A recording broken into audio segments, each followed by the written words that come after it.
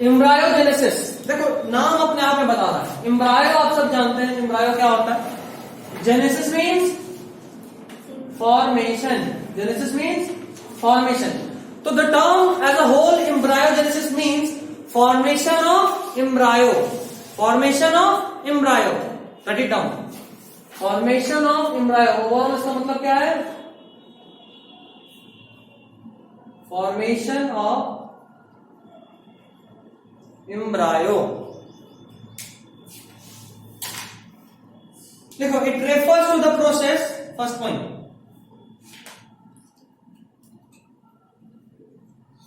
it refers to the process of development of embryo, it refers to the process of development of embryo,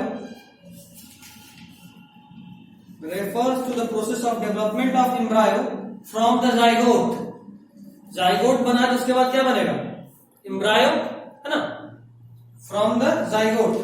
next point बहुत important है, embryo is the progenitor of next generation, embryo is the progenitor of next generation, embryo is the progenitor of next generation।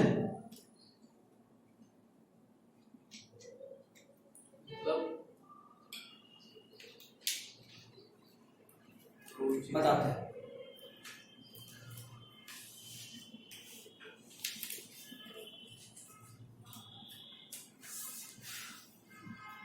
अगला generation का starting embryo से होता है। अगला generation का पहला लिंक कौन है, vital link between two generation, zygote, पढ़ा लेकिन याद नहीं किया। वाइटल और क्रिटिकल, हाँ, क्रिटिकल लिंक कौन है, critical event of reproduction, sexual reproduction, fertilisation, और वाइटल फर्टिलाइजेशन नहीं है। हाँ, वाइटल लिंक जाइगोट है, वाइटल इवेंट नहीं, वाइटल लिंक बोले, वाइटल इवेंट लिंक जाइगोट, सब एनसीईआरटी का लाइन है। तुम लोग उसे कहां तक पढ़ा दिए, एक ही क्लास हुआ अभी तक, छुट्टी था, मंडे को छुट्टी था।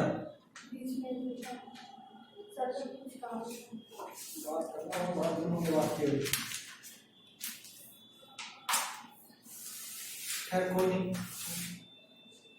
तो प्रोजेनेटर मतलब ये अगला generation, embryo is the progenitor of next generation, अगला जनरेशन का स्टार्टिंग यही करेगा, है ना। एम्ब्रायो बन गया, अब एम्ब्रायो में डेवलपमेंट होगा और नया ऑर्गेनिज्म में वो कन्वर्ट होगा, ठीक है।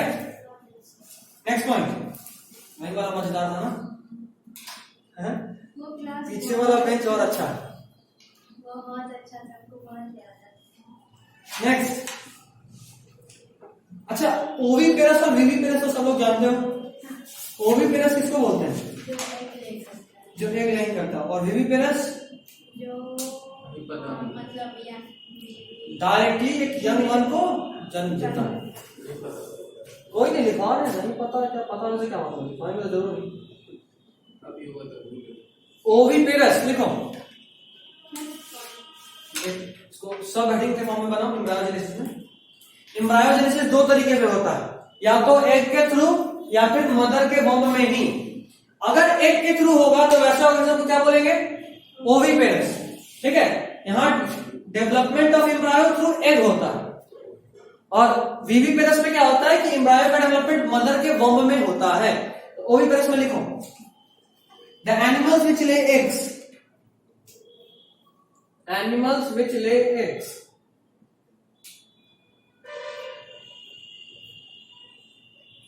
animals which lay eggs, example में reptiles and birds, lay eggs, lay मतलब देना, एक मतलब अंडा, जो अंडा देता हो, which lay eggs, ठीक है। अगला पॉइंट, एक सब हेडिंग फिर से बनाओ, इंक्यूबेशन पीरियड,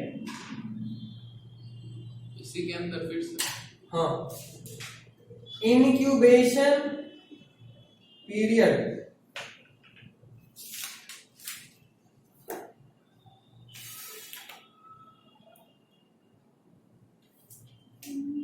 इंक्यूबेशन पीरियड लिखो the time period in which the time period in which the young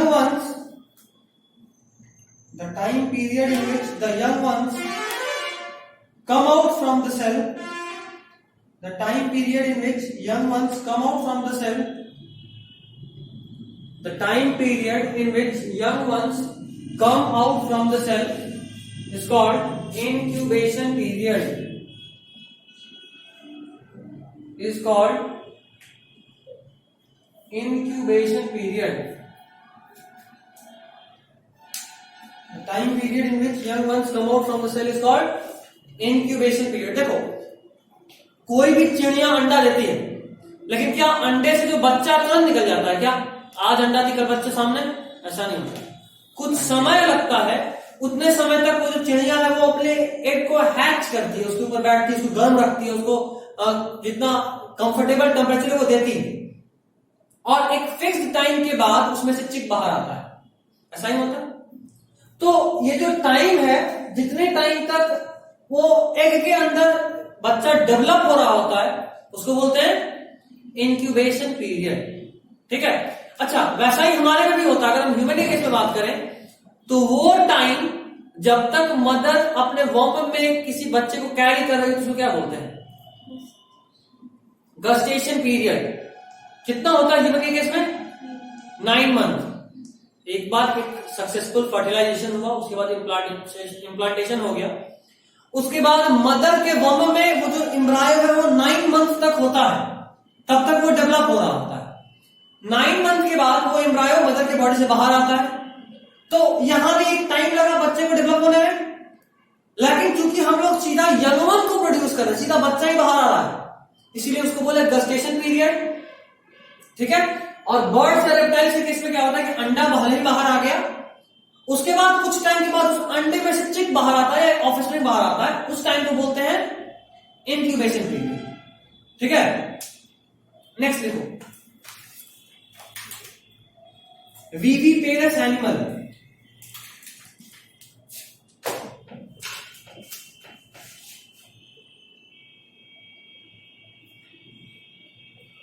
viviparous animal लिखो, the organism which directly gives birth to young ones, the organism which directly gives birth to young ones, the organism which directly give birth to young one। ठीक है। वैसा organism जो सीधा बच्चे को जन्म देता है उसको क्या बोलेंगे?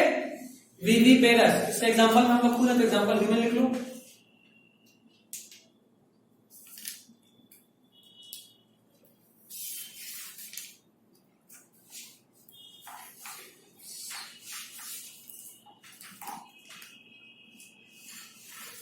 चलो, NCERT page number 16, 5th line में कैलकेरियस सेल लिख रहा है। 5th लाइन में कैलकेरियस सेल बोल्ड में लिखा हुआ लिखा। देखो, अंडे के ऊपर, ये जो अंडा होता है ना, उसके ऊपर कैल्शियम कार्बोनेट का एक कवरिंग होता है। किसका? कैल्शियम कार्बोनेट का। ठीक है। एक्चुअली में जब ह्यूमन रिप्रोडक्शन पढ़ाएंगे तो वहां पे थोड़ा सा एक्स्ट्रा में बताएंगे कि ये जो बर्ड्स होती है ना, उनके यूट्रस में ग्लैंड होता है। वो ग्लैंड एग के ऊपर चारों तरफ से कैल्शियम कार्बोनेट का कवर बना देता है, जिसको हम लोग अंडा का छिलका बोलते हैं ना, सेल। वो एक्चुअली में कैल्शियम कार्बोनेट का होता है। और वो कहां से सिक्रीट होता है? तो बर्ड के यूट्रस में एक ग्लैंड होता है, वहां से। ठीक है। बर्ड के यूट्रस में एक ग्लैंड होता है, वहां से। और ऐसा ही एक क्वेश्चन पहले पूछता था, एक्स्ट्रा था पहले, मतलब 2016-15 में में पूछता था। वो पूछता था कि क्या ह्यूमन फीमेल के यूट्रस में भी कोई ग्लैंड होता है क्या? तो नहीं, ह्यूमन फीमेल के यूट्रस में कोई ग्लैंड नहीं होता है। ह्यूमन फीमेल के यूट्रस में कोई भी ग्लैंड नहीं होता है, जबकि बर्ड्स के यूट्रस में होता है। और वो सिक्रीट क्या करता है? सेल। किस चीज का सेल बना होता है? क्या होगा? वहां भी सेल होता है। तो किसका बना होता है? कैल्शियम कार्बोनेट, और इसको बोलते हैं कैलकेरियस सेल। क्या बोलते हैं? Calcareous cell. यही लिखा है उस बुक में जो आप देखिए। आप एक काम करो, कैलकेरियस सेल को अंडरलाइन करो, अंडरलाइन करके देखो, ऐसे अंडरलाइन किए तो इधर तो लंबा सा लाइन है, यहां से एरो बनाओ, कहां रहना आओ और लिखो made of calcium carbonate bracket में CaCO3। ठीक है, made of calcium carbonate bracket में CaCO3।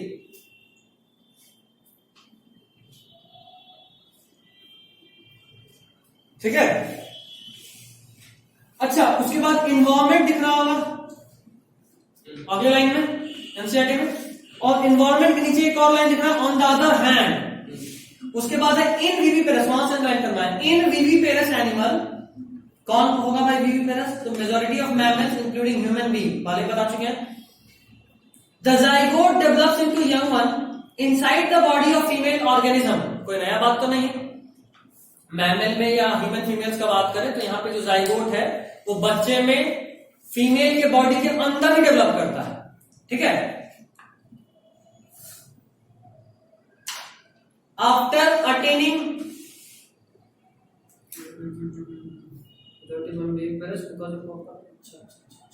आफ्टर अटेनिंग नहीं, उसके बाद नीचे चलेंगे। उसके बाद दो लाइन छोड़ देना। पहला वर्ड देखो, उस पैराग्राफ का सेकंड लास्ट लाइन में पहला word, because of proper embryonic care and protection, मिला। Because of proper embryonic care and protection the chances of survival of young one is greater in viviparous organism, मिला। ठीक, इसका मतलब समझो। इसका मतलब यह है कि अगर हम ह्यूमन के केस में या विविपेरस ऑर्गेनिज्म के केस में बात करें तो चूंकि यहां बच्चे का डेवलपमेंट मदर के वोम के अंदर होता है तो चांसेस बहुत हाई है कि वो सेफली जन्म ले ले। जबकि अगर हम बाकी में बात करें, जैसे मान लो किसी चिड़िया का अंडा है, ठीक है, वो चिड़िया कहीं खाना खाने बाहर गई और कोई दूसरा चिड़िया उसको फोड़ दी तो चांसेस ऑफ सर्वाइवल कम है ना। अगर वो अंडा उस चिड़िया के अंदर होता, बॉडी के अंदर होता, तो जहां चिड़िया जाती वहां वो अंडा भी जाता, जब तक चिड़िया रहती वो अंडा भी रहता, है ना। तो विविपेरस ऑर्गेनिजम्स में chances of survival of young ones अधिक होता है, हाई होता है, जबकि ओविपेरस में वो कम होता है। ठीक है, मान लो मुर्गी अंडा लेके निकल ली घूमने के लिए, ढाल के आते हैं 20-22 दिन के बाद। ये जो हम लोग खाते हैं उसमें नहीं आएंगे, वो लेयर है, वो ब्रॉयलर मतलब हाँ वो ब्रॉयलर है, लेयर में ब्रॉयलर। हम लोग जो खाते हैं वो अंडा नहीं देती। ठीक है, हम लोग एनिमल हस्बेंड्री में टेक्निक से दो तरह का चिकन को डेवलप किए हैं। एक लेयर जो सिर्फ अंडा देती है, उस अंडे से बच्चा नहीं निकलेगा, सिर्फ अंडा देगी जो हम लोग अंडा खाते हैं, और एक ब्रॉयलर जो खा के खाली वजन बढ़ाता है, जिसका हम लोग मीट खाते हैं, वो कभी अंडा देता ही नहीं।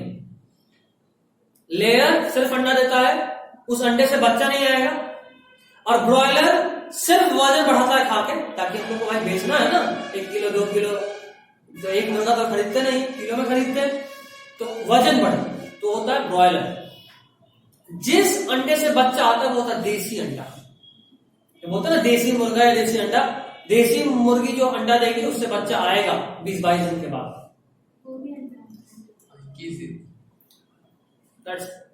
पाले हो सुने ठीक है, क्या बात है।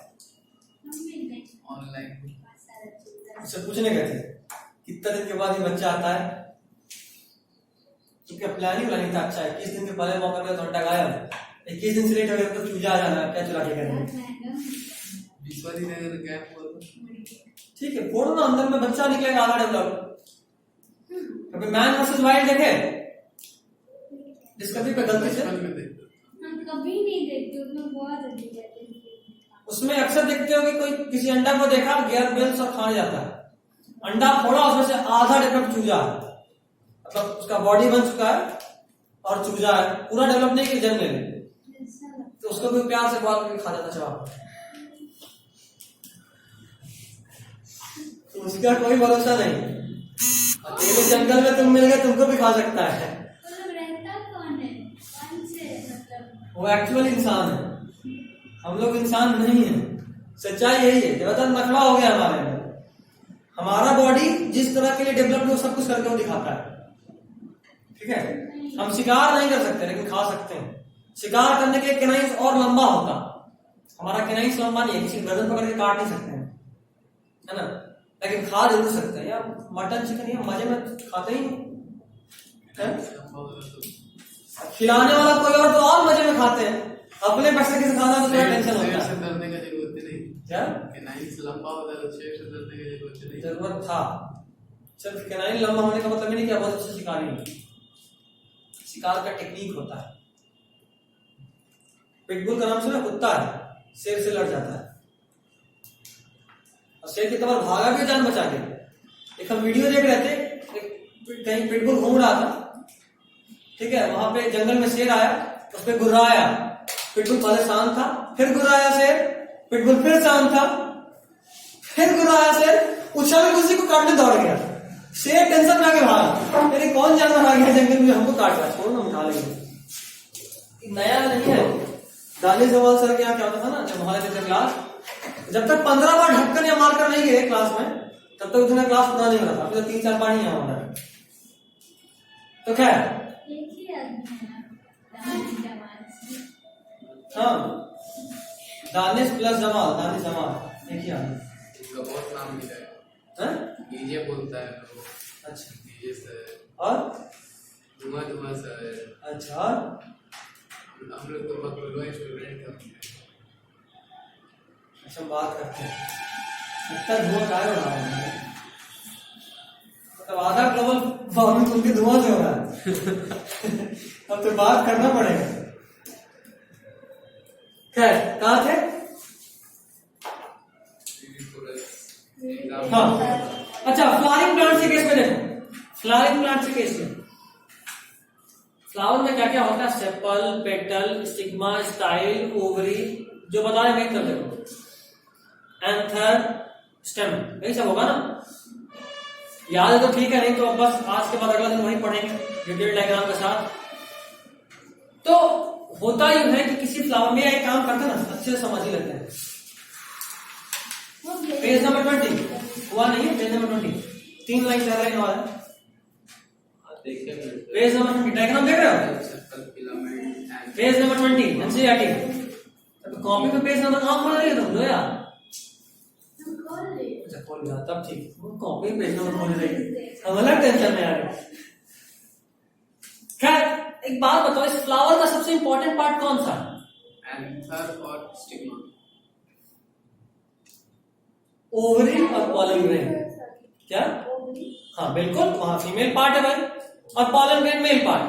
एंथर नहीं, स्टिग्मा नहीं रहेगा तो कौन सा फर्टिलाइजर? ठीक है, चल तेरा बात में मान लिया। क्या एंथर नहीं उड़ गया तो फर्टिलाइजर? ठीक है, ठीक। मतलब ये है कि किसी फ्लावर में देखो, एक्चुअली अभी हम जो बोले वो अगले चैप्टर में बस अगला दिन लिखेंगे भी। फ्लावर का 2 पार्ट, एक होता है असेसरी पार्ट, ठीक है, और एक होता है इंपॉर्टेंट पार्ट। असेसरी मतलब या मेन पार्ट में कैसे डिवाइड किए थे, एक्चुअली नाम हम भूल रहे टर्म, और प्यारा सा टर्म लगाते हैं। हाँ, एसेंशियल वर्ड और नॉन एसेंशियल, एसेंशियल और नॉन एसेंशियल। तो एसेंशियल में रिप्रोडक्टिव पार्ट आ जाएगा, मेल और फीमेल पार्ट। नॉन एसेंशियल में क्या आएगा?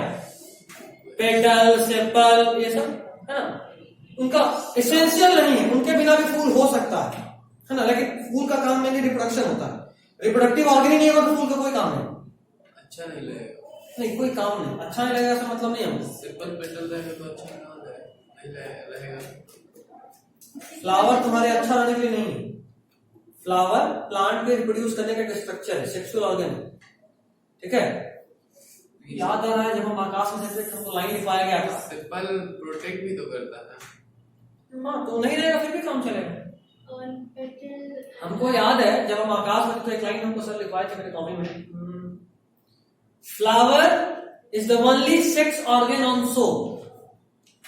दुनिया में एकमात्र ऐसा सेक्स ऑर्गन है फ्लावर जो दिखता है, दिखाया जाता है, मतलब सो है ना, फ्लावर सो का ऑर्गन दिखाते हैं। अच्छा, कितना सुंदर फूल है, ये लाइन उससे याद रखना कि ये ऑर्गन है, सेक्स ऑर्गन, जिसके अंदर सेक्स होता है। है ना, fertilisation. Flower is the only sexual organ for so या ऑन सो, एग्जैक्टली स्टोरी याद नहीं है, ठीक है, जो दिखता, बाकी सब जो भी सेक्स ऑर्गन होता है वो दिखता नहीं, कहीं ना कहीं हिडन होता है, ठीक है। तो खैर, तो फ्लावरिंग प्लांट्स में जैसे ही एक बार फर्टिलाइजेशन हो गया तो सेपल, पेटल, स्टेमन सब गिर जाता है, ठीक है, सेपल, पेटल, स्टेमन गिर जाता है, सिर्फ पिस्टिल टिका होता है, ठीक है। पिस्टिल के अंदर सेक्सुअल रिप्रोडक्शन होता है, ओव्यूल सीड में कन्वर्ट होता है, ओवरी फ्रूट में कन्वर्ट होता है, ठीक है, और जो बाद में सीड के डिस्पर्सन में रोल प्ले करता है। बस इतना ही था ये चैप्टर। एक बार उस पूरे आखिरी पैराग्राफ को रीड करो। फ्रूट में डेवलप होता है। अभी जो बोले, ये जो आखिरी पैराग्राफ है उस बुक का, पेज नंबर 16 का, ये अगला पूरा चैप्टर में हम लोग घूमेंगे। अगला पूरा चैप्टर इसी एक पैराग्राफ को एक्सप्लेन करेंगे, इसीलिए भी ज्यादा एक्सप्लेन नहीं कर रहे, एक बार बस रीड कर लो। जो नया नया टर्म है, पेरिकार्प क्या है भाई? थिन वॉल जो फ्रूट के ऊपर डेवलप करता है उसको बोलते हैं पेरिकार्प। एप्पल में जो होता है वो रेड आम का छिलका होता है पेरिकार्प। आम का जो गुद्दा होता है वो हम लोग खाते हैं, और जो बीच में होता है वो सीड है, ठीक।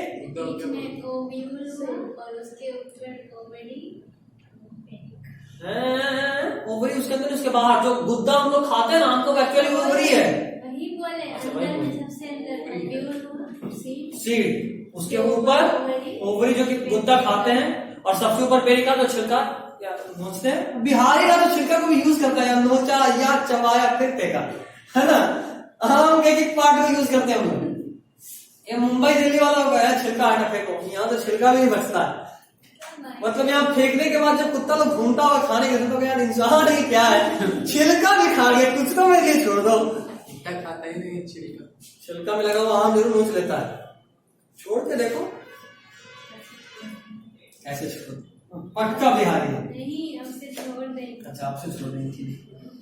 बिहारी को लिट्टी के लिए पूछ लो, खा लेगा। लिट्टी चोखा जरूर होता है, घी, तो लिट्टी बन जाए चोखा बन जाए, घी नहीं हो तो लिट्टी बेकार, ऐसा। ये 2-3 चीज बिहारियों का खास बात होता है। 22 को वैसे तुम्हारे लिए नीट में important doctors day. Doctors day कब है? अक्टूबर 1 जुलाई। 1 जुलाई को doctors day. World AIDS day कब है? World AIDS day. मेडिकल में पूछता है इसलिए बता रहे हैं। 1 दिसंबर। डॉक्टर्स डे तो लिख लो, डॉक्टर्स डे लिख लो, 1 जुलाई डॉक्टर्स डे। इंपॉर्टेंट पूछता है, डॉक्टर बनने वाले हो नीट में तो पूछेगा जरूर, डॉक्टर्स डे पता। आपसे कोई पूछा? हमसे एड्स डे पूछा है। 1 जुलाई को था डॉक्टर्स डे, और एड्स डे 1 दिसंबर।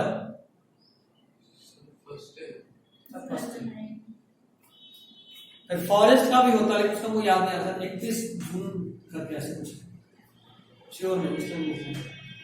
हमको याद है एड्स डे वाला, इसलिए मेरा एक फ्रेंड था संकेत, अभी गया मेडिकल कॉलेज में है, फर्स्ट अटेम्प्ट में वो भी निकाला था मेडिकल, तो उसको मुझे याद है इसका बर्थडे 1 दिसंबर को है, उसको याद है।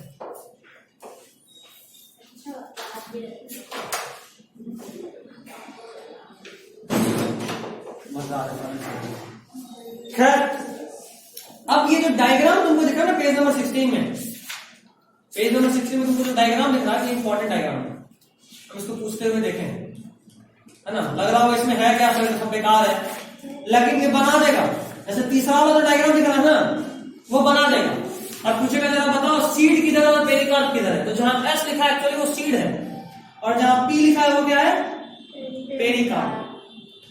थोड़ा दिमाग में रखना, पूछता है ये डायग्राम बना देगा, लेबलिंग पूछेगा चारों में पहला वाला पूछा है बिहार बोर्ड। हाँ, बिहार बोर्ड देखो, एमसी को जो भी बोले नीट के लिए, बिहार बोर्ड में रेडी रहना, क्योंकि तुम लोगों में ऑलमोस्ट 50% से अधिक एमसी की पूछना है ना, तुम लोगों में पूछ सकता है। अब बिहार बोर्ड का सबसे गंदा चीज है ना, कब क्या पूछे कोई नहीं जानता है। हो सकता है इतना आसान पूछे कि देखते टिक लग जाए, हो सकता है कितना हार्ड पूछे जितना मेडिकल में भी नहीं पूछता है। यही प्रॉब्लम है बिहार बोर्ड का। ऑप्शन प्रीवियस ईयर का क्वेश्चन देखना, अंदाज लगेगा। हम देखें एक्चुअली। हम फिजिक्स में एक देखे, काइनेमेटिक्स में आसान आ रहा है। बोल तो रहे मुझे बहुत इसका तो कोरोना पड़ता है। हाँ, हम तो नहीं करने का भी हाथ बढ़ता, फिर भी कभी भी कर लो। कभी कोरोना रहेगा। यार बोर्ड का बात नहीं कर रहा, नीट का बात। नीट, नीट तुम अगर मेरे से पढ़िए तो तुमको आसानी लगना, क्योंकि हम उतना ही पता जितना तुमसे पूछेगा। तुम अगर कॉपी से और क्वेश्चन मिलाएगी तो हर तरह को तेरे कॉपी में मिलना है। पूरा बुक वाले बना, तुम बनाए थे प्रीवियस लिया तो इतना दिन पहले से था, देख तेरे बाद लिए सेशन शुरू होने के बाद बनाना शुरू कर दिया, प्रैक्टिस खत्म कर दी। तो आजकल ढीठ हो गया है, नहीं लग रहा है ऐसा, इतना स्लो में काम नहीं चलेगा। पिछला क्लास में सुनने से नहीं, थोड़ा फायदा हुआ। खैर ये सब हो गया, 10 मिनट और पढ़ाएंगे बस छुट्टी। अब अगला चैप्टर आज शुरू नहीं करेंगे, मेरा गला शुरू नहीं कर रहा, 1 घंटा भी और क्लास लेना है। 4:30 बजे आपकी क्लास है।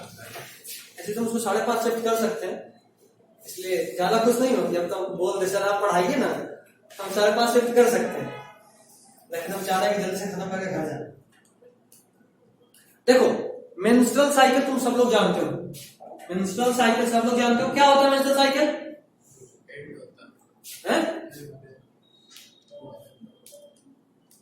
टेंथ इतना भी सन्नाटा नहीं हो चाहिए कि मेंस्ट्रुअल साइकिल ना पता हो।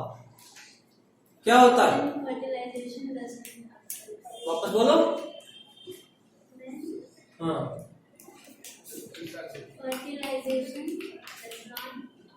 हाँ तो वो मेंस्ट्रुअल फॉल होता है, मेंस्ट्रुअल साइकिल पूछे, उसको मेंस्ट्रुएशन बोलते हैं। मेंस्ट्रुअल फॉल, मेंस्ट्रुएशन, हम मेंस्ट्रुअल साइकिल पूछ रहे हैं। कहाँ पे तुम 10th? अच्छा गाँव से। देखो प्राइमेट में, प्राइमेट सब लोग पढ़े हुए हैं एनिमल किंगडम में। प्राइमेट याद आ रहा है? Old world monkey and human primate एक ग्रुप था। क्या ऑर्डर था एक। हाँ, तो जो प्राइमेट्स होता है, प्राइमेट के फीमेल्स के बॉडी में एक रिप्रोडक्टिव साइकिल होता है। हर मंथ उनका बॉडी रिप्रोडक्शन के लिए खुद को रेडी करता है, और अल्टरनेट ओवरी से, जैसे मान लो पहला मंथ में लेफ्ट ओवरी से एक आया था, एक साथ दोनों ओवरी से एक कभी नहीं आता, एक साथ दोनों ओवरी से एक कभी नहीं आता, एक बार में एक ओवरी से। मान लो फर्स्ट मंथ में लेफ्ट ओवरी से एक आया था, तो अब सेकेंड मंथ में किससे आएगा? राइट ओवरी से। तो हर मंथ अल्टरनेट ओवरी से एक आता है, और यूट्रस में कुछ साइक्लिक चेंजेस होता है, ठीक है, जो इम्प्लांटेशन के लिए फीमेल के बॉडी को तैयार करता है। अगर फर्टिलाइजेशन हुआ तो इम्प्लांटेशन होगा, अगर नहीं हुआ तो जो भी ब्लड का लाइनिंग वहां बना था, soft tissue, soft covering provide करने के लिए जाइगोट को, वो सेट ऑफ होता है, टूटता है, ब्रेक करता है, और वेजाइना के थ्रू बाहर आ जाता है। ठीक है, ये है मेंस्ट्रुअल साइकिल। और जो बाहर आया था मेंस्ट्रुअल फॉल, उसको बोलते हैं मेंस्ट्रुएशन। कब होता है ये? 28th day of cycle.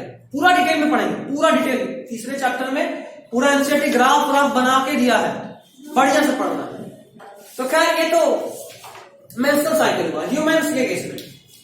लेकिन जो लोअर एनिमल्स है ना, लोअर मैमल्स, उनके बॉडी में एक अलग तरह का साइकिल होता है, उसको बोलते हैं ईस्ट्रस साइकिल। क्या ईस्ट्रस साइकिल कहाँ है? पीछे था, चैप्टर नहीं पीछे था,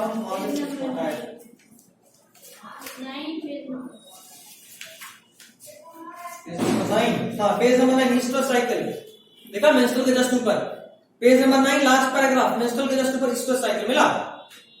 तो लोअर मैमल्स में ईस्ट्रस साइकिल होता है। देखो मेंस्ट्रुअल साइकिल मंथली साइकिल था कि ईयरली साइकिल था? मंथली। ये एक ईयरली साइकिल है। कैसा साइकिल है? ईयरली। लोअर एनिमल्स में क्या होता है कि साल में एक बार ईस्ट्रस साइकिल होता है, इसको हम बोलते हैं हीट पीरियड। क्या बोलते हैं? Heat period. जैसे डॉग्स के केस में बात करें, रेनी सीजन और विंटर के जस्ट बीच में मौसम हल्का ठंडा होने लगता है, तब उनका फर्टिलाइजेशन होता है।